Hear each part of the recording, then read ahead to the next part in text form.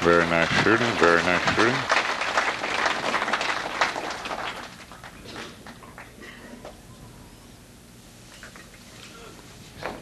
That's what I meant by the awkwardness of that push-out. That was a tough shot on that one ball. Well, you're right. He definitely had to take the shot. It was a difficult shot, but you can't let Efren shoot it either. Well, I would have taken it, but I would have leaned towards the safe side of it. I would have made sure I overcut it, which he did, but I would have not wanted to go into those other balls. Right. He overcut it just a hair too much. He hit it just a little bad, and that's what caused him going those balls. If he hit it just a hair thicker, he would have been just perfect. Well, of course, now bear in mind this is the little different format now because Efren just needs 3 games to reach 6. Or he stopped the cue ball in the middle of the table. Now, unfortunately for Ramil, he's going to find himself snookered. And he's got a couple of ways to play this. I kind of like thinning this ball to Efren's right and the cue ball down behind the 5 ball, the 8 and 5. And the 1 ball, I wouldn't hit it any harder than enough to just slide it behind the 6 and 9. I'd use a bit of left English. Now, he was looking at one railing it out of there with inside English and putting him behind the 6, but I don't believe that's as good a shot.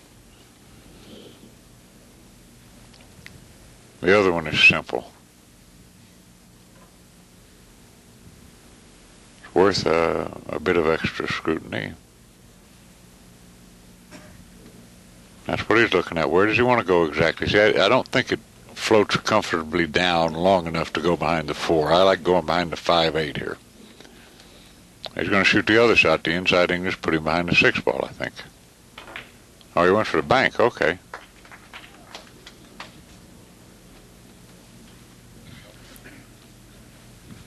Well, now he's going to have to play safe, I think. And he's got a shot to maybe put him behind the 6, but the problem is that the 2 ball can't be handled all that well if he tries to do that. He'd want it to hit just past the side. Oh, he went for it. Good shot.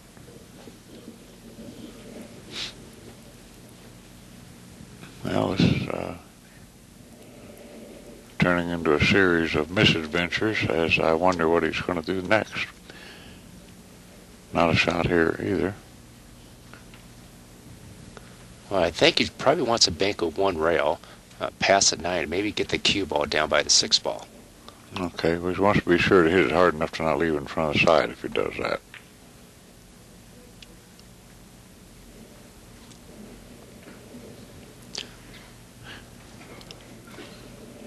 Okay.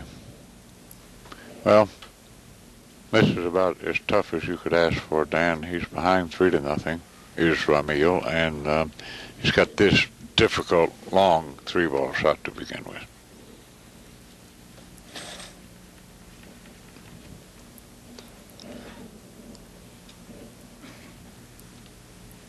Well, this would be an interesting thing if he were to fire this in.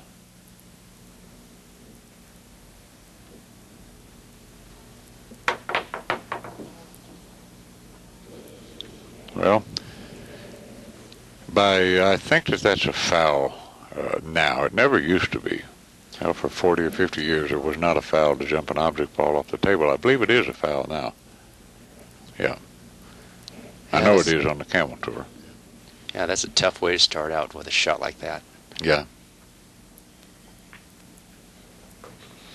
I know what he did there, too. He just wanted to shoot it with some authority and build his confidence up. And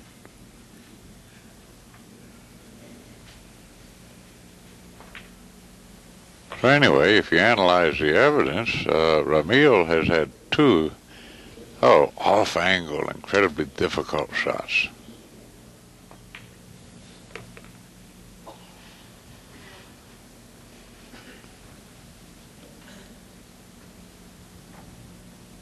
You use low right English, or use low left, doesn't matter either way.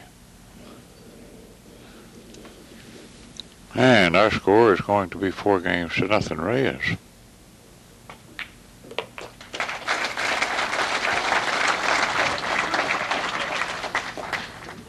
Well, Ramil is hopefully looking for something a little easier to start off on so he can have a chance to run a few balls and get the feeling stroke, maybe build up a little momentum. Now, everybody argue, not everybody, but some people argue with me, especially Billy Cardone. I feel that when you're behind, that you don't shoot stuff like a 3-ball. I think you play safe there. The safety, I'd venture to say you could do at least 90% of the time. And you try to get yourself a nice shot to start with, not something that's weird like that. I feel like it's like the football team that's down 3 touchdowns halfway through the third quarter. They panic and start throwing the bomb every play, and they never win. But here, if you get a good shot to begin with and make a nice common sense run out. Now this is what you want to get your side of the thing going, right? We're informed that if he makes the 1, this will be Ramil's first ball pocketed.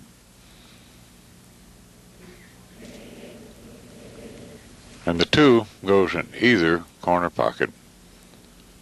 Or this truly is one that the middle of the table would be perfect. And this is fine. The 4, however, now it only goes, he's looking, I don't think it goes past the 6. Make it a lot easier, though, if it did.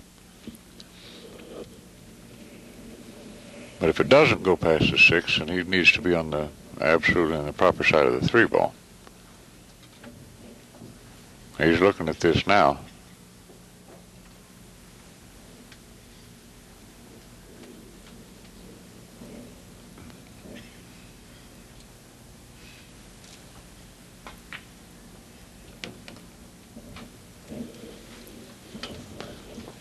Well, I don't know if you can make that or not.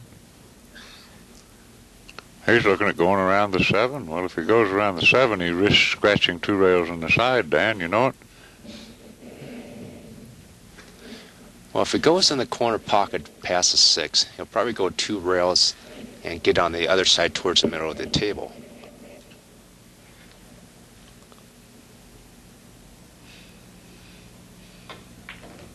Oh, it must pass it. Okay, now he's going to have to go 2 rails with low right-hand English and come out between the 8 and 9.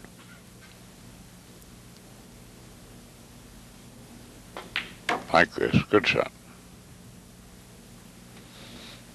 But you know, if you look at this, getting on the 6 is not that easy here either. Look at this. He doesn't have any natural route to the 6, unless it passes the 9, which I don't believe it does. You risk scratching if you go that way. He got awfully lucky he didn't scratch there. Oh, yeah, it's going to be 5-0 if he scratches there. And, boy. And are you noticing the same thing I am, Dan? You probably are, because you are an astute pocket billiard champion. He is not relaxed like he was in the earlier match. Like he's struggling here. Well, he really hasn't had a chance to shoot, and Reyes has put a lot of pressure on him so far. Oh, he almost missed that ball. But all he needs to do is just shoot a few balls and get going a little bit, and he'll start feeling a little more comfortable. Here's the opposite-handed. Good shot, good shot.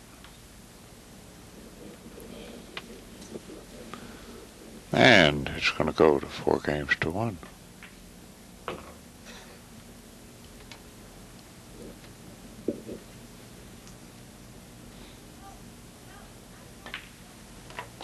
Nice out, nice out.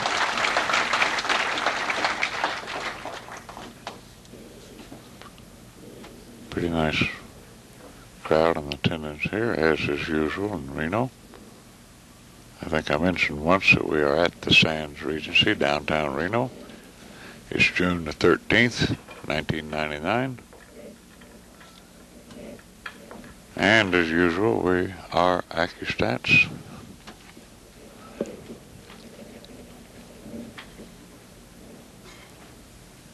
And I don't think we mentioned